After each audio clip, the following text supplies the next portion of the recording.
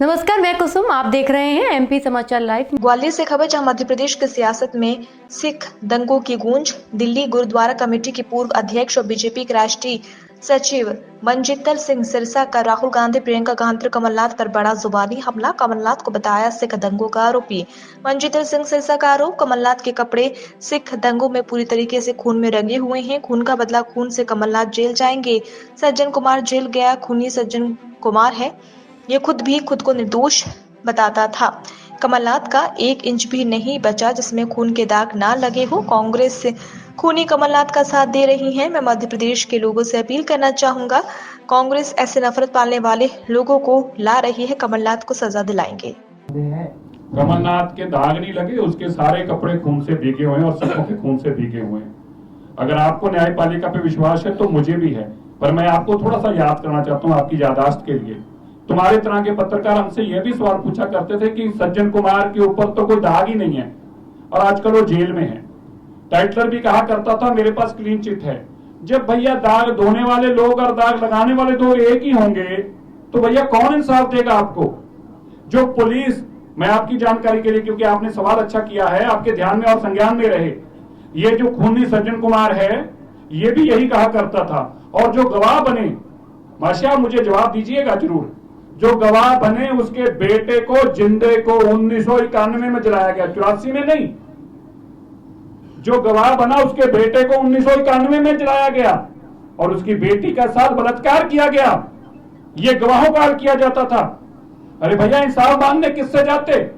इंसाफ देने वाला प्रधानमंत्री मंच पे खड़ा होकर कह रहा था तुम्हें मारा जाएगा। जब बड़ा पेड़ गिरता है तो धरती हिलती है, मतलब तुम्हारा मरना तय है और भी मरोगे। तो भैया किससे कहते?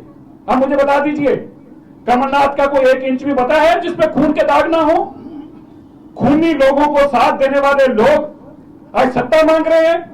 मैं तो मध्य प्रदेश के लोगों से आग्रह करना चाहता हूं, आप अपने बच्चों के अंदर कैसी नफरत पालने वाले लोगों को लेके आए हैं।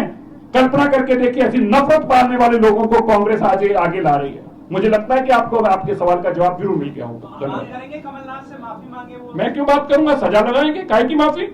खून का बदला खून है, उसने सजा दी है, सरकार उसको, कोर्ट उसको सजा दे और जो सजा बनता है, कानून बनता है, उसको सजा दे। नहीं की तो बच जाएगा और भुगतेगा तो भुगतना पड़ेगा। माफी की क्या मतलब है इसमें? आपने हमाद का जिक्र, ना तो दादाजी सनातनी थे, ना उनके नानी जी सनातनी थे, ना उनके नाना जी सनातनी थे, ना उनके माता जी का धर्म ये है, ना उनके पिताजी, क्योंकि उनके पिताजी का धर्म भी नहीं था सनातन।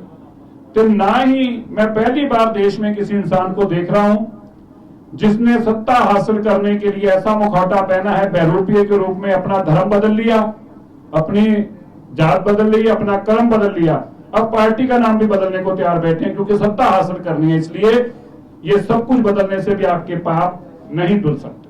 धन्यवाद। मोदी दंगों के बड़े आरोप है, इस बारे में आपका कुछ कहना है क्या? तो मैं आपकी जानकारी में देना चाहता हूं कि मेरा ही वो केस है। मैंने ही जो यहाँ के मुख्यमंत्री हैं कमलनाथ, उनके खिलाफ ये केस खुलवाने के लिए भारत के गृह मंत्री साहब को तब के दरख्वास्त दी थी, राजनाथ जी को। आपकी जानकारी में थोड़ी सारे तथ्य सामने आ जाएं। ये केस जो था इनके साथ, कमलनाथ के साथ, कमलनाथ के घर में रहने वाले लोग, जो उनके घर में रह रहे थे लोग, वो भी कत्लेआम में शामिल थे। उनका FIR में नाम था। बाद में कमलनाथ ने वो केस अपने जैसे बाकी सबके, सज्जन कुमार, टाइटलर, HKL भगत को सबको क्लीन चिटें मिलती गई। कमलनाथ ने भी अपने लोगों के नाम पर केस डलवाकर और बाद में कोर्ट में उसका चलान फाइल होने के बाद चार्जेस फ्रेम नहीं होने दिए और वो सारे लोग खत बरी हो गए। उसके बाद हमने अपने गुरुद्वारा रकाबगंज साहब, जहां पे आगजनी की गई थी, 2 बेगुनाह लोगों को मारा गया था, ये गुरुद्वारा रकाबगंज साहब है जहां गुरु तेग बहादुर जी का शरीर का संस्कार हुआ था। पवित्र गुरुद्वारा, ऐतिहासिक गुरुद्वारा है। हमने उस केस को खुलवाने के लिए भारत की सरकार के जब आग्रह किया तो SIT ने कहा, जो SIT मोदी जी ने बनाई थी, कि जो केस की ऑलरेडी चार्जशीट फाइल हो चुकी है, हम खोल नहीं सकते। हम फिर भारत सरकार के पास गए, गृह मंत्री से दोबारा ऑर्डर पास कराया कि जिन केसेस के अंदर ट्रायल भी हो चुकी है उनको भी खोला जा सकता है। उसके चलते वो केस खुला। अखबारों में CBI ने इश्तिहार दिए कि जो इस FIR में लोग गवाह हैं वो सामने आए। हमारे 2 गवाह जो कि दिल्ली कमेटी के एक मुलाजिम थे, फॉर्मर और एक पत्रकार थे जो आजकल बड़े टीवी में काम करते हैं इंग्लैंड में, दोनों ने अपनी गवाही देने की पेशकश की। वो केस माननीय हाई कोर्ट के सामने है। इसके बावजूद कांग्रेस जब हमास की बात आती है तब तो उनका साथ देते हैं। हमें बड़ा दुख है जो इजराइल में कत्लेआम हुआ, जो वहां पे आज उस इलाके में कत्लेआम हो रहा है। हम उसके किसी भी कत्ल, एक आदमी का कत्ल होना, एक आदमी का मारे जाना भी बहुत पेनफुल है, लेकिन हमें बड़ा दुख है कि प्रियंका गांधी जी को वहां हो रहा कत्लेआम तो दिखा, लेकिन 8000 बेगुनाह लोगों के खून के ऊपर आज तक उन्होंने अपनी प्रतिक्रिया नहीं दी। और तो और उस कत्ल को करने वाले लोग उनको मुख्यमंत्री का चेहरा बनाकर मध्य प्रदेश में सिखों के जख्मों के ऊपर अभी से फिर से एक बार नमक लगाने का काम किया है।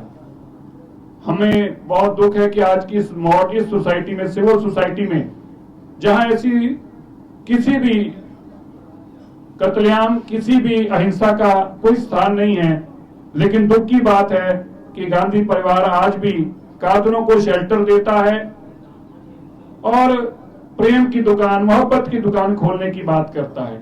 मैं मध्य प्रदेश के लोगों से जरूर आग्रह करना चाहता हूं, क्या आप ये मानने को तैयार हैं कि कत्ल करने के बाद खून खराबा करने वाली पार्टी और फिर ये कहे कि ये मोहब्बत की दुकान है? क्या 1984 की कत्लेआम करना मोहब्बत की दुकान थी? 1975 में जिस तरह से इमरजेंसी लगाकर लोगों का कत्लेआम किया गया, लोगों को नपुंसक किया गया, क्या ये प्यार मोहब्बत की दुकान है? 1992 में जिस तरीके मध्य प्रदेश, महाराष्ट्र में और उससे पहले कितने ऐसे कत्लेआम किए गए भागलपुर से लेके देश के अलग अलग कोनों में, क्या ये मोहब्बत की दुकान है? और मुझे इस बात का भी खेद है, आज धर्म के नाम पर लोगों को बांटा जा रहा है।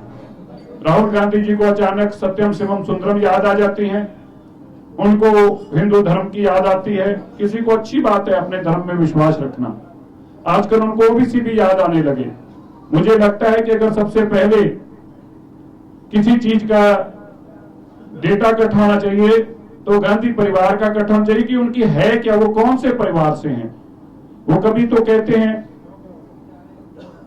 हमारी संस्कृति हिंदू से है, कभी वो कहते मेरा कोई धर्म ही नहीं है,